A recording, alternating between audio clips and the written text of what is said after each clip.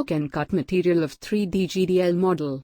First of all, go to Archicad and go to File, then Libraries and Object, and choose New Object and then select 3D. Now type Command Tool and apply material at Object. You can more understand in video.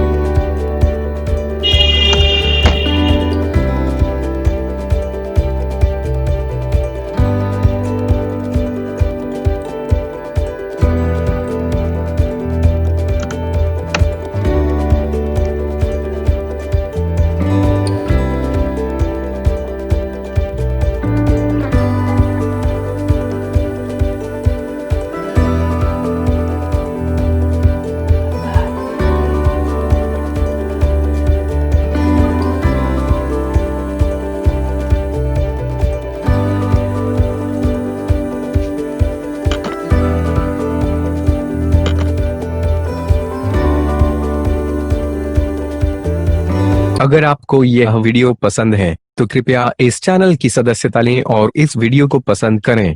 अगर आपके पास video के लिए कोई सुझाव है तो कृपया टिप्पणी